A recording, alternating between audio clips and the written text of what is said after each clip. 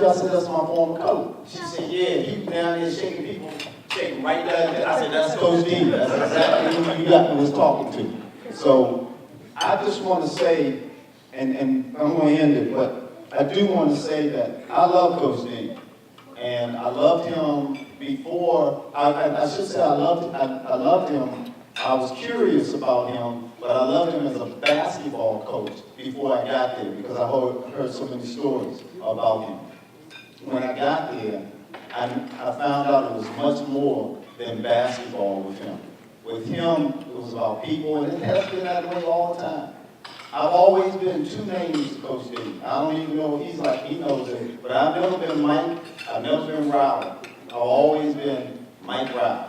He called me up, or I'll talk to him, he'll say, Mike Riley. Unfortunately, we see more now because of funerals than any other thing. But Coach Dean always tries to make it back for his players. But he taught me more about life from being around him. And I had, at my job, and I had to give a bio.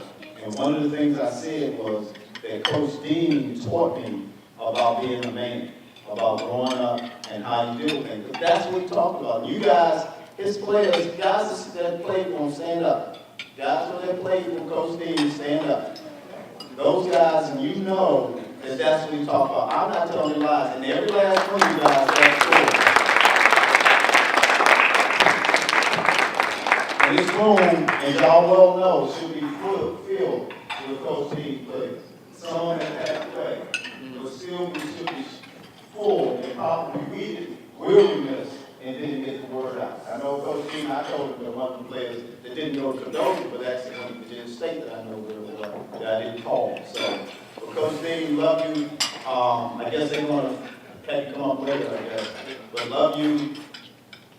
Anything that we can do for you, let us know. You got your family here, Benita. You got your beautiful wife here that looks much younger than you, so I don't know what's going on with that, Coach. Thank you very much. Thank you.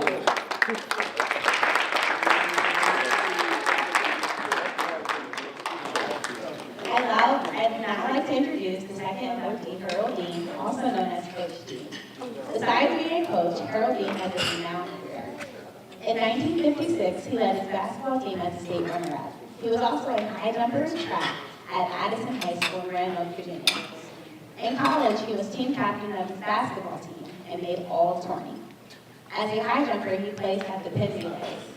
Harold Dean received three basketball offers for the American Basketball Association teams of the Harlem Clowns, Washington Capitals, and Detroit Pistons. But after college, he joined the military, where his basketball resume continued to grow. Harold Dean led his team in Bourbon, Georgia, to the third U.S. Basketball Championship in 1963. He was also selected to the third U.S. Army basketball team. In 1965, he became the head coach at Cardozo High School. He coached there from 1965 to 1969. His team had an overall record of 69-12. He led his team to 3 inter-high West titles as a shared, and 1 inter-high championship. He was selected Coach of the Year in 1967. In 1967, he was also selected as head coach of the East Senior All-Star team. His resume continues to grow, and I would now like to welcome Harold Dean to the stage.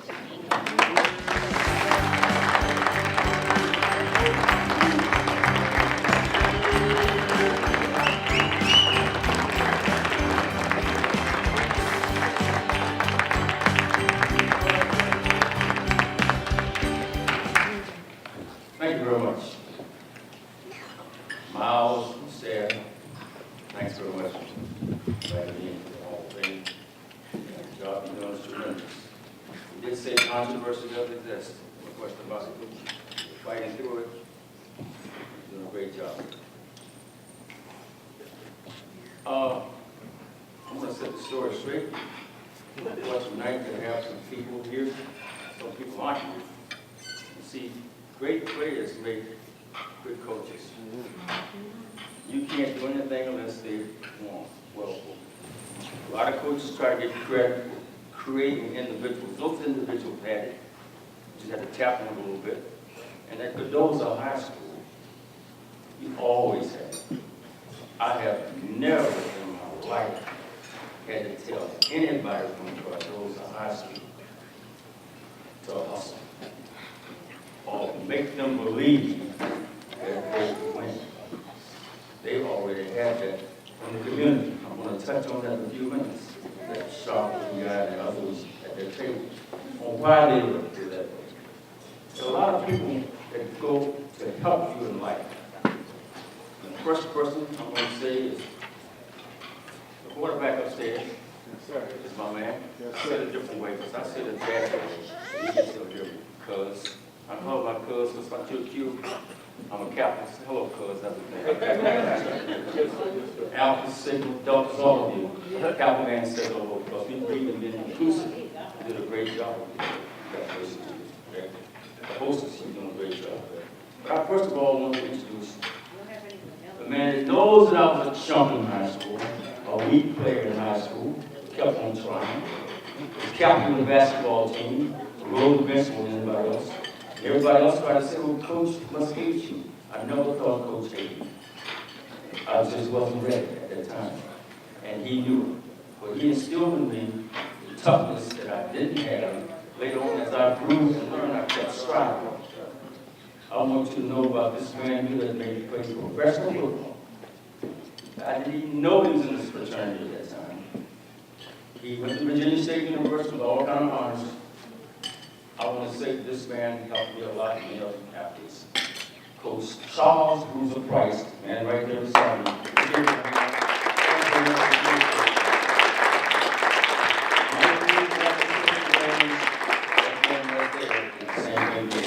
It's a hand-me-down situation.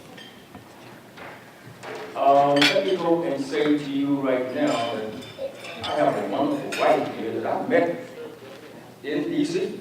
on a blind date. That opened my eyes. My teammate introduced me to her, and she's been with me talking for 40-some years. It's a miracle. It's a miracle, I'm telling you.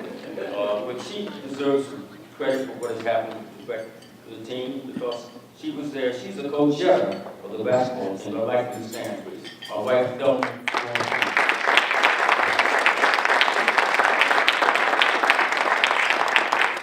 I heard the first one. Everybody talks about her all junior, played with UPA and all those kind of things. But, well, young Southern lady was incognito over her success.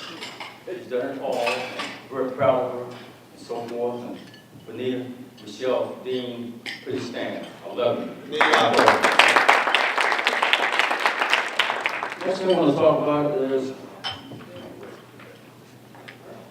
okay, all the old mouths.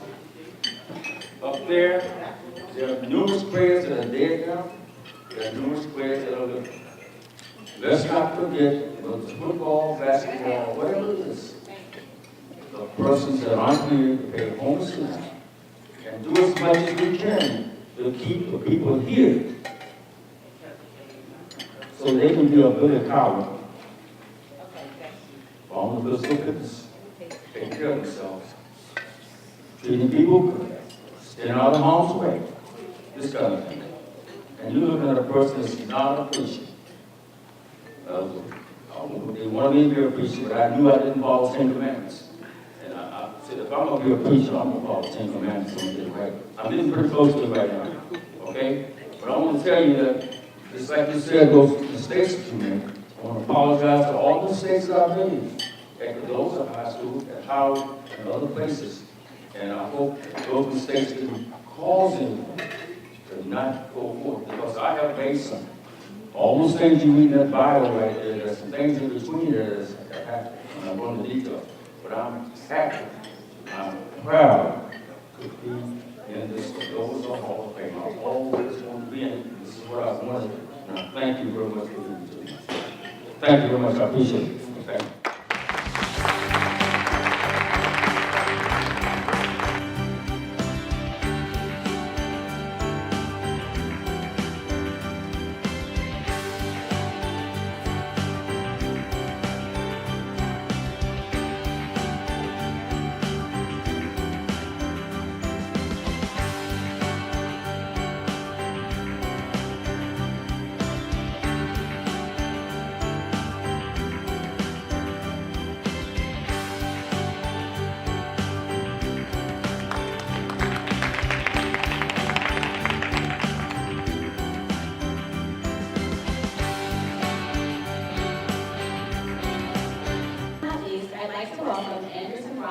the stage.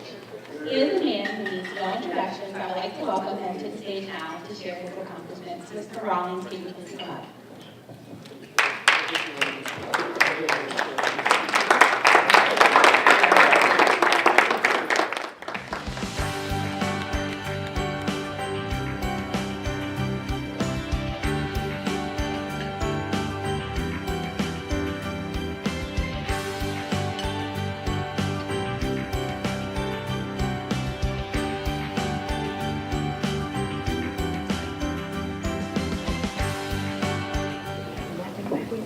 Hello, can you hear me? Yeah. My name is Lance Rollins. I ran cross country. And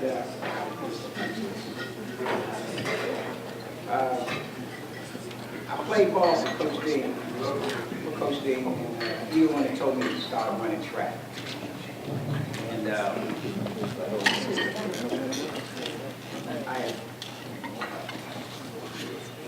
sorry. Take your time. Take your time. Take your time. Take your time. So Coach Dean told me to try out for the track team. Tried out for the track team. Oh, Michael. I tried out for the track team and did very well. When Cardozo was playing football, at halftime, we would run cross country. And we ran Cardozo, coming up 13th Street. I would be the last person to leave the field, but always end up being the first one to come in. All right.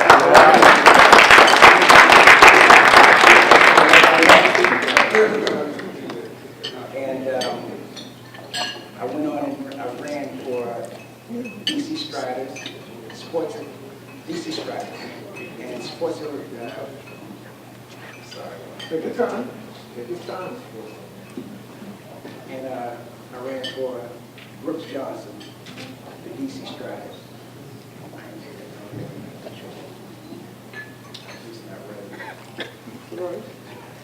Take your Thank time. you, Miles, for putting me in the thing. You serve it. Thank you. All right. All right. Michael Flood was one of my co-runners, and we was running cross country. There was a guy at Dunbar, a guy named Monroe. While he was running, he would stop people to pass, just to get past him. And Mike would just say, "Go ahead, Anderson, get past him." So I would start, like I said, last and end up first. And I got a lot of connection. My wife is in the hospital. She has cancer. And she's been in there since September. She's in a nursing home. She's only 56 years old. And a lot of times my mind is there, and I'm so sorry. My heart is here. That's all right. You're a family. That's all right. Thank you so much. Take your time. Thank you, thank you. So, I certainly do appreciate this. I really love you guys. Thank you so much.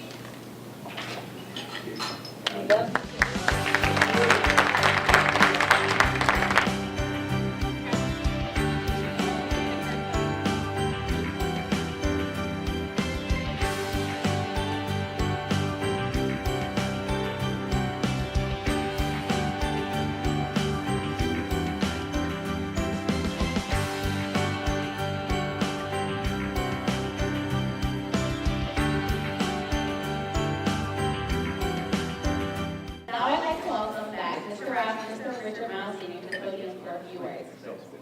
No, like I said, I just want to say congratulations to the people. You have my blessing, Myra. You're going to be all right. I know you will. Anderson, I know you know, hopefully your wife will, things will work out for her. But like